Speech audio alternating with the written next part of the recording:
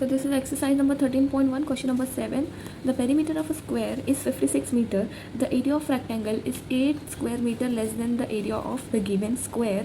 If the length of the rectangle is 16 meter, find its breadth. यहाँ पे आपको क्या क्या चीज़ गिवन है पहले तो हम वो देखते हैं. आपको एक स्क्वायर का पेरीमीटर गिवन है. सपोज ये आपका स्क्वायर है तो ये इसके सारे चारों ही साइड मिला के आपको कितना गिवन है 56 मीटर. पेरीमीटर यही को कहते हैं, all four addition of all sides. ठीक है.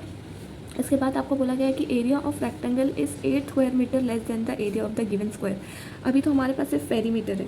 पहले हमको क्या करना पड़ेगा, इस स्क्वायर का एरिया पता करना पड़ेगा.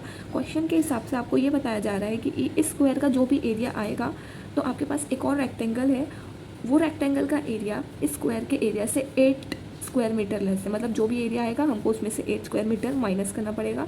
तो जो भी आंसर आपका आएगा वो उस रेक्टेंगल का एरिया होगा. फिर उसके बाद बोला गया है आपको if the length of the rectangle is 16 metre find its breadth. आपको सिर्फ और सिर्फ इसका क्या फाइंड आउट करना है, ब्रेथ फाइंड आउट करना है. लेकिन ब्रेथ फाइंड आउट करने के लिए पहले आपके पास आपको क्या करना पड़ेगा, पूरा सॉल्यूशन के through we will go.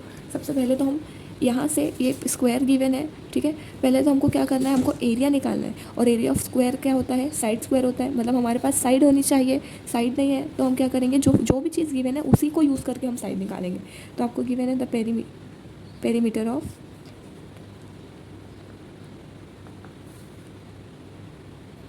Of square given है 56 मीटर. ठीक है. और आपको पता होता है कि पेरीमीटर ऑफ स्क्वायर क्या होता है, उसका फॉर्मूला है आपके पास. Perimeter of square is equal to 4 into side, चारों ही साइड का सम. ठीक है.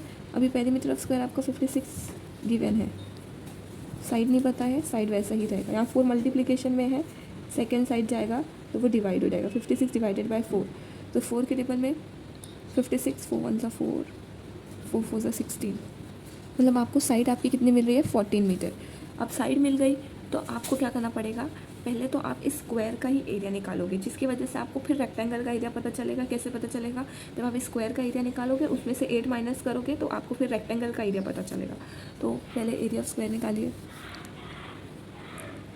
Area of square will be equal to side square. ये एरिया ऑफ स्क्वायर का फॉर्मूला है. फिर साइड स्क्वायर बोले तो 14 स्क्वायर, ये आपको यूनिट लगानी. 14 14 का 196 स्क्वायर मीटर. ये आपको एरिया ऑफ स्क्वायर मिल गया. अब आपको एरिया ऑफ रेक्टेंगल पता करना है. रेक्टेंगल तो आपको क्या करना पड़ेगा, 196 माइनस 8 करना पड़ेगा. देखिए क्वेश्चन में मेंशन है कि जो भी आपका स्क्वायर का एरिया आएगा, रेक्टेंगल का एरिया उससे 8 लेस है, मतलब 8 कम है. तो आपने माइनस किया, इसको आपको आंसर मिल रहा है दैट इज़ 188 स्क्वायर मीटर. अब एरिया मिल गया, लेंथ गिवन है, ब्रेथ निकालने में कोई भी प्रॉब्लम नहीं है क्योंकि आपके पास फॉर्मूला होता है area of square that is area of rectangle.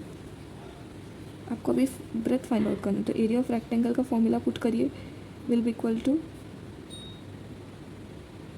Length into breadth. Area of rectangle कितना आया 188, लेंथ आपको गिवन है 16, ब्रेथ आपके पास नहीं है, बी इधर ही रहेगा. फिर ये मल्टीप्लिकेशन में उधर जाएगा तो क्या हो जाएगा, डिवाइड हो जाएगा. 16 के टेबल में 188 नहीं आता है तो आपको डिवाइड करना पड़ेगा. लुक 16 1 16,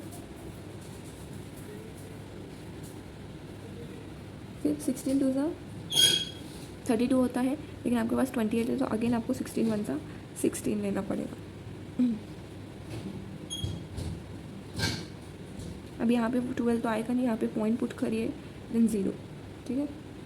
16 के टेबल में 120 नहीं आता, उससे छोटा क्या आता है 112 आता है 7 की पोजीशन पे, तो आप वो ले लो. देन अभी भी यहाँ पे 6 के टेबल में 8 नहीं आएगा तो आप डेसिमल पुट करो. 16 5 80, तो आपको आंसर क्या मिल गया, ब्रेथ आपकी आ गई 11.75 मीटर. यही आपको फाइंड आउट करना था. आंसर मेंशन करिए. Hence the breadth of rectangle is 11.75 meter.